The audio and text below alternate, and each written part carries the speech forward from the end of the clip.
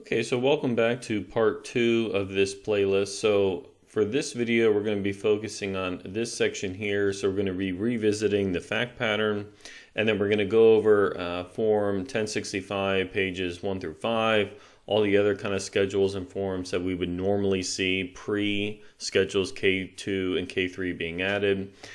So what we're going to cover, let's look at the financial statements, and then we also have the partnership return itself. So I'm going to talk about the financial statements a bit more before we get into the return itself. So just a recap of what the structure looks like. So the way this is set up, we have two owners, John and Jane. Jane is a Bermuda resident, lives there. John is a U.S. citizen, but he lives in the Cayman Islands.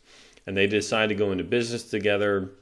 And so what they do is they set up an LLC in Delaware where they each own 50%. That makes it a partnership. And then this LLC legally holds title to stock in this Cayman Islands company. So after they form the holding company, they open a Cayman Islands company, which is a corporation, and then file an election for it to be taxed as a disregarded entity. Now, this is important to really understand because all of the activity that's happening within this enterprise is going on at this level. So all of the income, expense, employees being hired, contractors, all of that is going on through Fake Store Limited, the Cayman Islands entity. Nothing is happening at this level here, right? The Delaware LLC merely is acting as an intermediary holding company that's holding title to the shares in this limited company, and then the owners in turn own 50% of the LLC units in this entity. So when we look at the financial statements here, now each company prepares its own financial statements, but when we look at it on a consolidated basis, right, so the consolidated profit and loss in US dollars, it really is encompassing just the activities in the Cayman entity. The one exception is the bank account for the U.S. LLC. So if we quickly move over here to the consolidated balance sheet for the LLC, we can see here we have a bank account in U.S. dollars in the United States.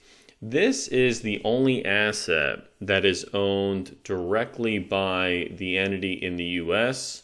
Apart from the stock. So if we were to look at this company's balance sheet, and we were to take away everything owned underneath, the only asset it would own is that U.S. bank account.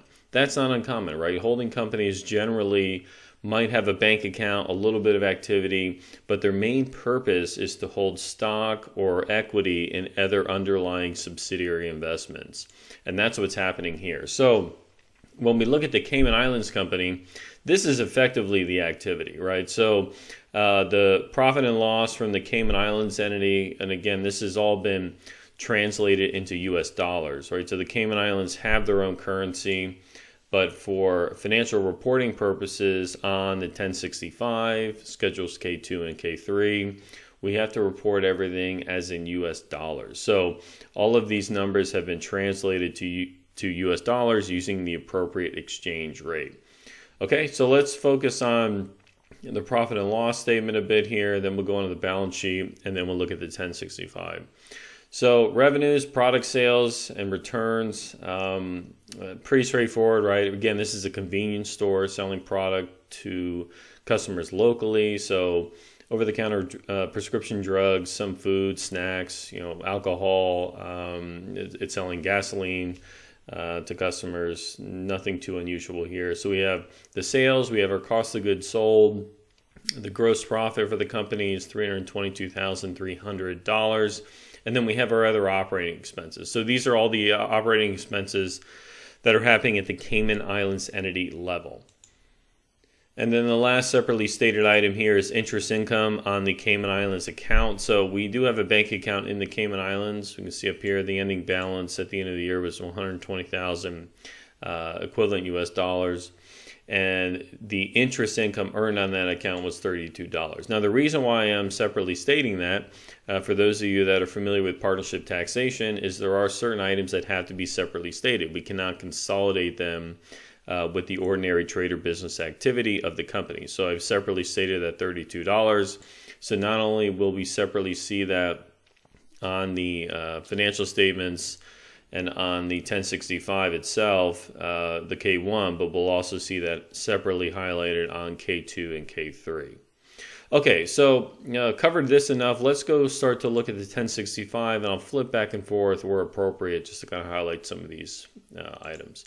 So we have a standard partnership return here, name of the partnership, so this is the Delaware entity, tax ID number, date started. This is a short period return, meaning that because the entity was created and it started business during 2021, the period is not the full calendar year, right? So it's tax year beginning March 1st, 2021 through the end of the year, December 31st, 2021.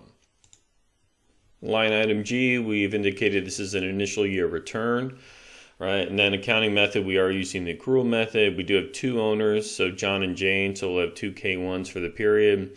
And then we report the ordinary trader business income on page 1.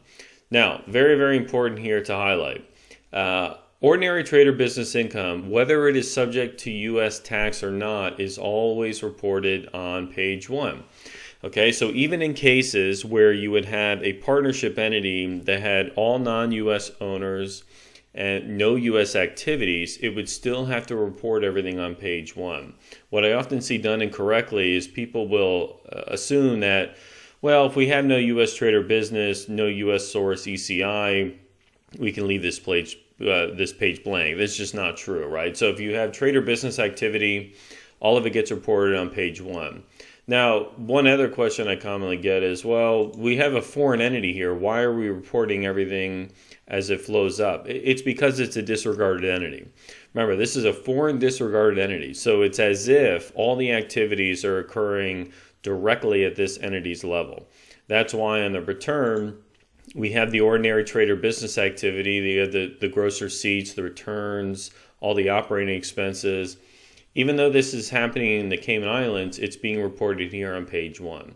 So we have the gross sales, the returns, our net gross profit here after taking into account the cost of goods sold, all the expenses, so our salaries and wages, the rent that we pay there. So we don't own the building in Cayman, we're leasing it, $3,000 a month, or so $36,000 a year. And the net ordinary business income or loss passing through to the owners is going to be $97,399. Now, if we quickly jump back to the financial statements, we look at the profit and loss statement here. You notice that doesn't tie exactly with the net income or loss per books. And the reason is because of the interest. So interest income is separately stated. So on page 1, we only have the trader business activity. We don't include these other items of income or expense that have to be separately stated. So I'll show you where on Schedule L, M1, and M2 we find this number. So we jump back to the return. Let's move on down to pages 2 and 3. So here we have Schedule B for the entity. Pretty straightforward. Just want to highlight a few things here. So in question 2B, we do have individuals that own 50% or more of the company. That's John and Jane, equal 50% owners. So we are including a Schedule B1 attachment. We'll look at that briefly as well. On line 8 here, at any time did the partnership have an interest in or signature authority over financial accounts in foreign countries? Yes, that applies to us, right? So we do own an entity in the foreign country, in a foreign country rather, and we do have foreign bank accounts. So we've indicated, yes, we have a Cayman Islands account, so that's CJ, Cayman Islands, and then we've checked yes, and then we are filing an FBAR, right? So we do have a FinCEN Form 114 that's being submitted with the return. If we go to page 3 of Schedule B, continuing on here, on line 13, we've indicated yes, right? So we do have an interest in a foreign disregarded entity or a foreign branch, and so we are including an 8858. So we checked off box. So we've indicated one in that we're filing just one 8858, and then in question 14, we have checked yes. Does the partnership have any foreign partners? Right, so Jane is a foreign partner, right? She's a Bermuda citizen, Bermuda tax resident, so she's a foreign partner. We've indicated yes.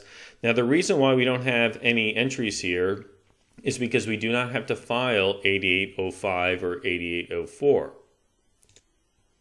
The reason why we're not filing those is because although we're filing this 1065, we don't have a partnership that has effectively connected income with a U.S. trade or business, right? Only in cases where you have gross ECI allocated to foreign partners do you have to complete an 8805 for that partner and file an 8804 to report the totals and pay the tax. In our case here, we definitely have foreign partners, but we don't have U.S. ECI issues, okay? So that's why it's checked yes, but we have entered 0 or blank. We haven't put in a number 1 because we're not attaching any 8805s. Okay, so Schedule K, these are the totals that are being allocated to the partners across their distributive share items. So we can see there, that's line 1 coming from page 1. That's the ordinary business income, $97,399. And there we see the interest, right? So you recall on the financial statements, this is our P&L. We have $32 of interest income coming from the Cayman Islands bank account. And so the $32 in interest is reported on line 5. But what you'll notice here, and this has been one of the deficiencies with these forms, is there's no indication from what source this came, right? This is just interest. We don't know if it's U.S. or foreign. And so hence, this is entering the K-2 and K-3, right? Now that we have the K-2 and K-3, we'll be able to show the partners and the IRS where that income is sourced. Is it U.S. interest, foreign source, and if foreign source, what country? Okay, if we skip down to this section here, lines 19 and 20, we'll see here that there's no distributions of cash or other property. That's important because the owners haven't taken any draws yet, okay? And then the line 16 items, so we are attaching Schedule K2, and then we are attaching K3s to each of the Schedule K1s. Now, if we jump down to Schedule L rather, balance sheet per books.